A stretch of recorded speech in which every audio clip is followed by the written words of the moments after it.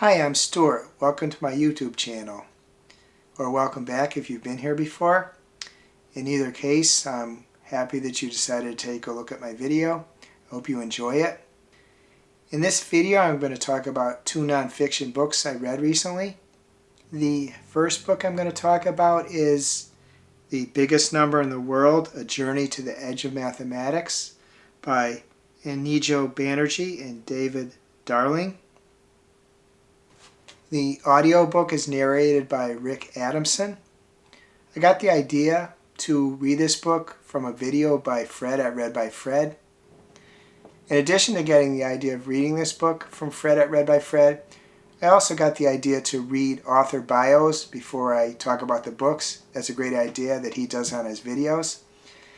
I'm going to read this from the back of the book. David has a PhD in astronomy from the University of Manchester.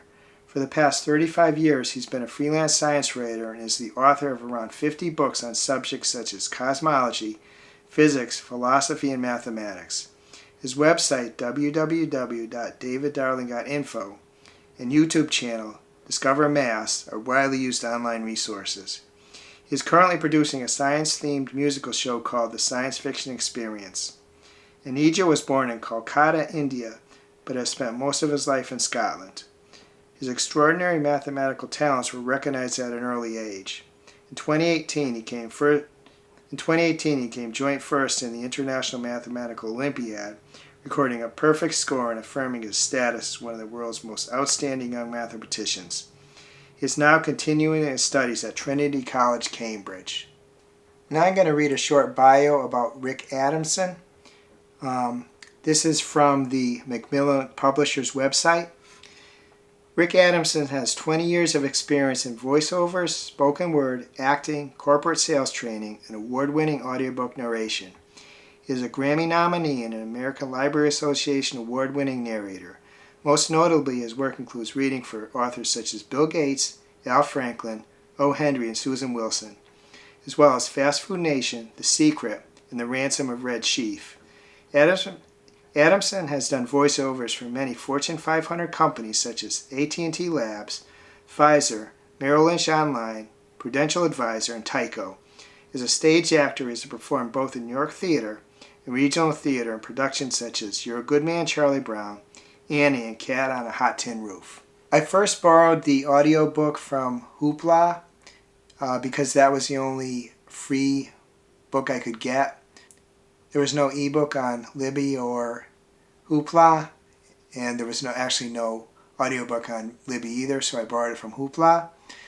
I got about 23% in the book before I realized that there was a lot of things that I wanted to look back a little bit in the book and to think about more. The audiobook didn't enable me to do it, so at that point I bought the ebook, and I read the ebook to the point that I got into the audiobook, and then I listened to the audiobook while reading the remainder of the ebook.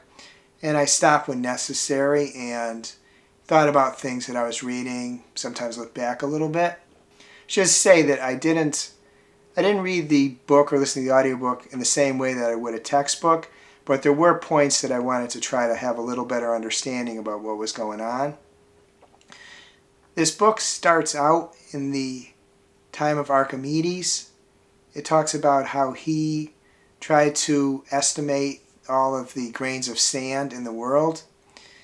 And it talks about the early attempts to determine very large numbers had to do with trying to determine the numbers of very large things, such as the number of stars in the known universe, or the number of very small things, such as the number of molecules in the world.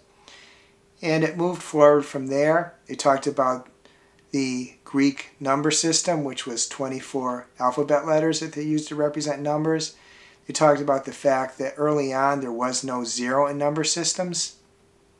They moved forward, and at a certain point, the attempts to determine the largest number moved away from practical applications to the realm of numbers that were beyond the amount of anything that could actually be measured. They talked about the largest numbers discovered as time went on, moved into the 20th and 21st century. At a certain point, the numbers became so big, it could no longer be represented by the number system used. They had to develop new number systems. The book talks about the important number systems that people came up with and how to write down these increasingly big numbers. It talks about the Turing machine and how that was used to do calculations and help to come up with these ever-increasing numbers.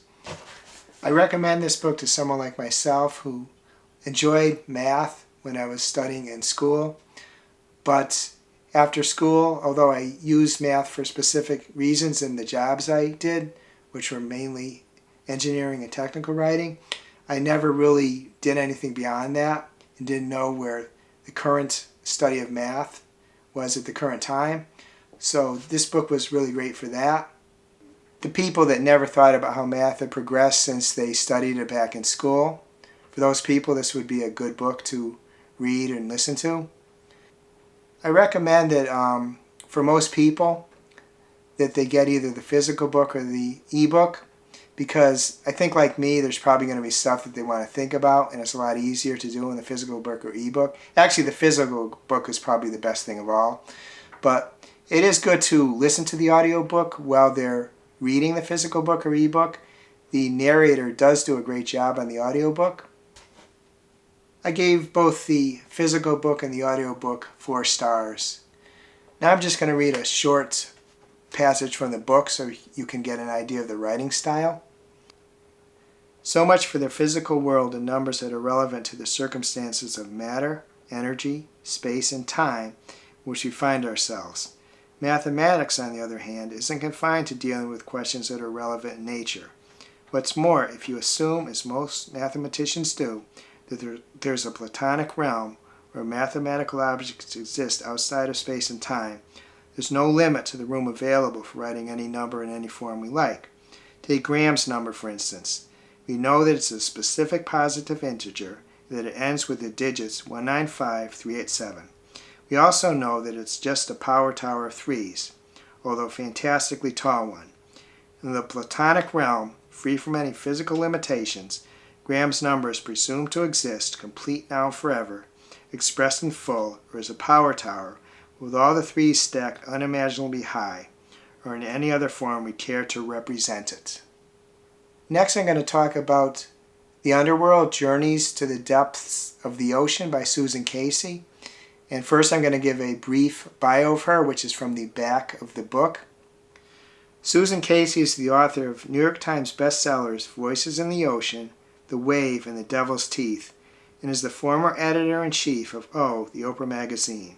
She's a National Magazine award-winning journalist whose work has been featured in the Best American Science and Nature Writing, Best American Sports Writing, and Best American Magazine Writing anthologies, and has appeared in Esquire, Sports Illustrated, Fortune, and Outside. I think I first became interested in the great depths of the ocean when I saw videos of hydrothermal vents and the ecosystems that formed around them. That always fascinated me. So that was one of the reasons I picked up this book. The book talks about ocean exploration, starting from the time when people believed that there was many sea monsters in the sea, through the time when people believed that there wasn't any life below a few hundred feet down into the ocean, to the times when people started exploring the depths and the ever-increasing depths they were able to travel to, through the explorations during the 20th century and into the 21st century. The book was a little slow for me at first, but it really picked up when the author talked about her own experiences, both the things she investigated and her experiences on vessels that were exploring into the depths. She was able to travel on several vessels that transferred and lowered and monitored the submersible vehicles that traveled into the depths. And in that sense, it was when it became sort of a memoir for her, I really enjoyed the book a lot. She was able not only to take part as a member of the crew, because they kind of put her to work, and she herself was able to travel to several deep areas. Not the deepest areas. The deepest areas are about 35,000, 36,000 feet, but she went pretty deep. And she even, at one point, piloted one of the submersible vehicles for a little bit. She talks about the many discoveries that were made during the voyages on the ships that she was on, and also the many discoveries that were made on other ships. She also talks about the discoveries of sunken ships that were made over the years. She does talk also about the attempts that are being made to mine the depths. This despite the fact that the depths are still very little known and the impact of the mining isn't very known. She does talk about the potential consequences of the mining. The book ends with a bunch of great photos. I recommend this book to anyone who is interested in learning what we now know about what's down there, and also those who are interested in the effort it takes to design and test and maintain machines that go down there, and how impressive that is. And also the chances that people take in traveling to such great depths. Now I'm just going to read a short passage from the book so you can get an idea of the writing style. The answer to that question is endless, because we're always adding to our master list of what's down there. But as I had learned, there was no better time to be interested in the deep than right now. Technology had cracked the vault open. Woods Hole Oceanographic Institution was building a new generation of intelligent autonomous robots like the stealthy red-lit Mesobot, designed to spy in the Twilight Zone, scanning DNA fragments in the water, following and filming animals without scaring them off. In Nereid Under Ice, a hybrid remote-operated vehicle capable of traversing 25 miles beneath ice cover, and Orpheus and Eurydice, a pair of free-swimming robots that will venture to the bottom of the Hadal trenches. One thing I forgot to mention, what I said earlier about this book, is that another thing she talked about is all the pollutants that are in the ocean. In addition to stuff like plastic, there's also munitions, chemical weapons, and even atomic items.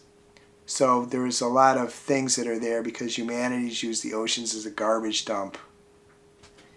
If you enjoy this video, please like and subscribe to my channel, perhaps leave a comment. Hope you have a wonderful day.